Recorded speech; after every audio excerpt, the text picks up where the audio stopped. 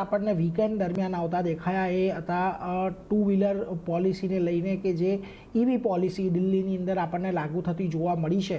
અને પાર્થિવજી, વધારે મહત્ત્વનું પણ છે કે જે પ્રકારે દિલ્હીની અંદર કે અન્ય આપણા શહેરોમાં જે પ્રકારે પ્રદૂષણ વધી રહ્યું છે, કદાચ આવા પ્રકારની પોલિસી બીજે કશેક પણ આવતી જોવા મળે, પરંતુ ક્લિયરલી ટુ વ્હીલર્સની અંદર આઈસી એન્જિન 2030થી તબક્કાવાર બંધ કરીને અને સ્વિચ ટુ ઈવી એક મોટું પગલું છે.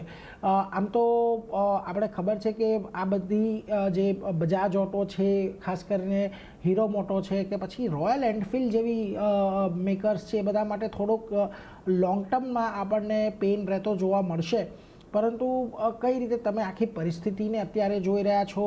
આમાં થોડોક ફાયદો એથર જેવી કંપનીઓને કે ઓલા ઇલેક્ટ્રિકની તો વાત અલગ છે, પરંતુ એથર જેવી કન્સિસ્ટન્ટ કંપનીઓ પર કે પછી ગ્રીવ્સ કોટન જેવા કંપનીઓ પર કે જે ઈવીનો પોતાનો માર્કેટ શેર દિવસે દિવસે વધારી રહી છે, એના માટે એક પોઝિટિવ અહીંયાથી આપણને થતો જોવા મળશે.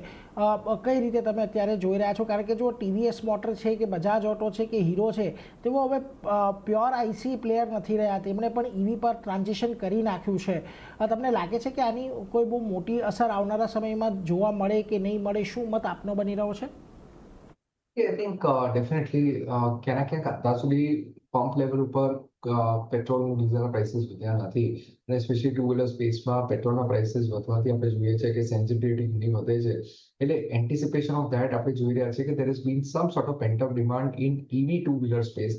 અને એમાં આઈ થિંક એથર એનર્જી જેવી કંપની છે, ગ્રીવ્સ કોટન છે, પણ more importantly I think TVS Motors છે. ટીવીએસ મોટર્સના જે ઈવી ડિવિઝન છે, એમાં આઈક્યુબ એ લોકોનો જે પ્રોડક્ટ છે, એમાં I think we are seeing fantastic traction. એક તો brand presence is very very strong, કંપનીની pedigree is very strong. It's almost 1.86 lakh crore market cap company. એટલે જે બ્રાન્ડ ઇક્વિટીનો ટ્રસ્ટ આ પ્રકારની કંપનીમાં રહે છે, એના લીધે આપણે જોઈ રહ્યા છીએ કે they are gaining lot of traction. બીજા પીયર્સ છે લાઈક હીરો અને Bajaj, they have been kind of laggards in the EV race. અને આપણે જોઈ રહ્યા છે કે Ather Energy has been doing reasonably well, અને ત્યાં પણ આપણે જોયું કે સ્ટોક મેસિવલી રીરેટ થયો.